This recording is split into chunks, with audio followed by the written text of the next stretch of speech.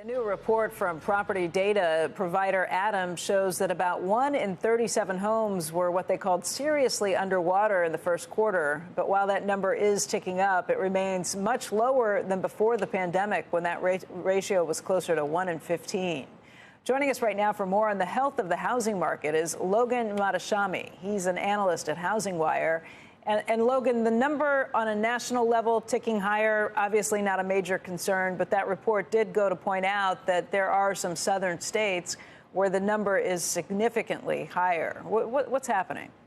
Yes, there's actually a certain small percentage of homes that are the loan to values are 125% for a few years now. But in general, we have the least amount of underwater homes ever in history. Now, there's pockets of America where, assuming that you bought at the very peak in 2022, Boise, Austin, Seattle, technically, if you had a very low down payment, you could be underwater. But in scale terms, the underwater issue is not a problem. I think it becomes more of a problem if we did have a job loss recessions. And with that job loss recessions, home prices fell. Then that percentage would gradually rise all across the country for those that bought at the very end of the economic cycle.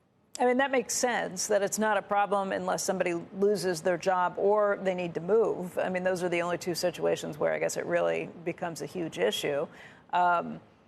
Why is it a bigger deal in some of these southern states, southern cities?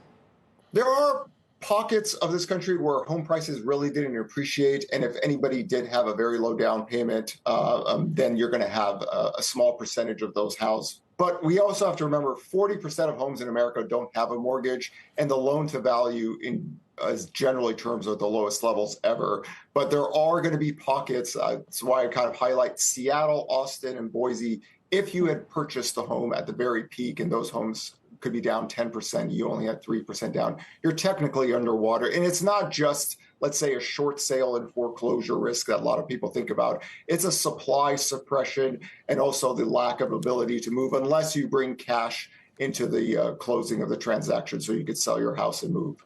It is the spring selling season. What are we seeing at this point? Are there more houses that are going on the market? Is there more supply? Is there building that's being done?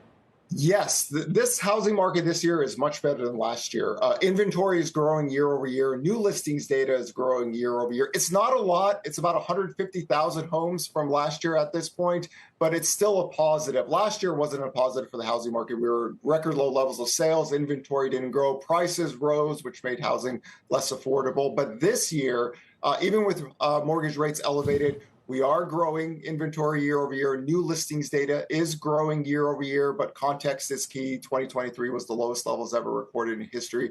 We're still trending at the lowest levels ever in new listings and in active listings, but still much more positive this year than it was last year. And price cut percentages are slowly rising as inventory. That's the chart we were just looking at. Let's call that back up because it's a little counterintuitive. These are the number of homes that have to have a price reduction. So when you see that going up, it's signaling that maybe houses are staying longer on the market. And buyers have to offer or sellers have to offer a discount to get a buyer in.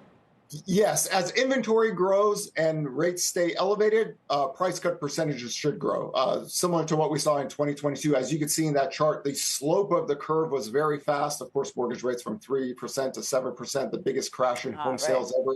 That slope went up. Here is a much more slower slope. So it is a much more healthier market this year that active inventory is growing and new listings growing. Most sellers are buyers, so you get a little bit more demand as more people sell their homes to buy another one.